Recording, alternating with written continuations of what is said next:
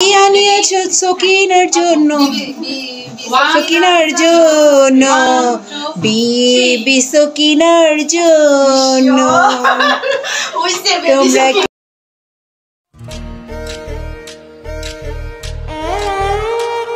Hello everyone, আশা করি সবাই ভালো আছেন। ভিডিওর ইন্ট্রো দেখে অবশ্যই বুঝতে পেরেছেন আজকে ভিডিওটি কি হতে যাচ্ছে। সেদিন ছিল জুথির মেহেদি সন্ধ্যা। খুব ছোট করে অল্প পরিসরে জুথির জন্য আমরা মেহেদি সন্ধ্যার আয়োজন করেছিলাম।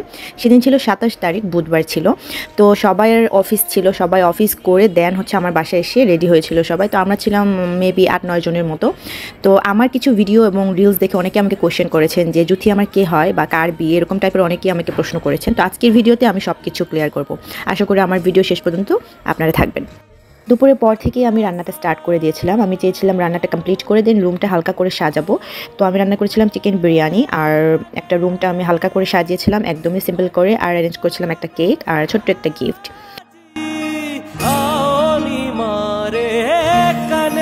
এটা সন্ধ্যার পর সবাই আমার বাসায় চলে আসছিল। তো এসে হচ্ছে জুথিকে রেডি করে দিয়েছিল আমার আরেকটা ছোটো বোন। এরপরে হচ্ছে আমরাও রেডি হয়ে নিয়েছিলাম, সবাই শাড়ি পরে। আমাদের থিম ছিল গ্রিন, তাই আমরা সবাই চেষ্টা করেছি গ্রিন কালার পরতে। গ্রিন শাড়ি পরে রেডি হয়ে সবাই আমরা একটু ভিডিও ক্লিপ নিচ্ছিলাম, ছবি তুলছিলাম। তো এখন আসি জুথি আমার কে হয়। জুথি হচ্ছে আমার বিবিএ লাইফের জুনিয়র একটি ছোটো বোন।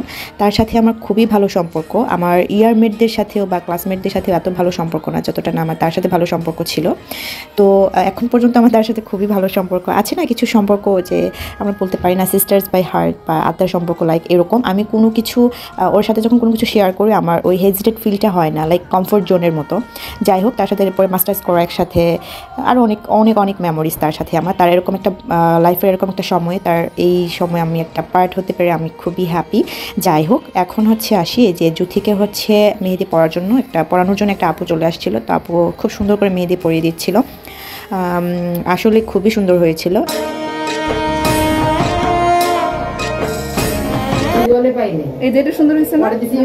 খুবই সুন্দর।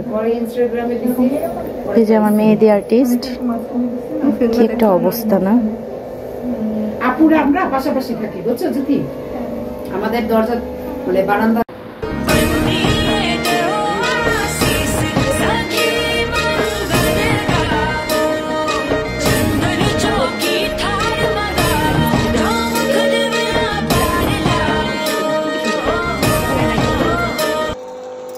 পুরো মেহেদিটাই ইথান পড়াইছে না?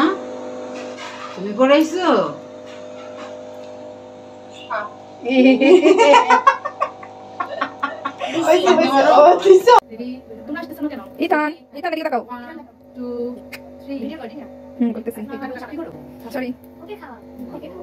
বুদ্ধি আছে, ওকে খাও।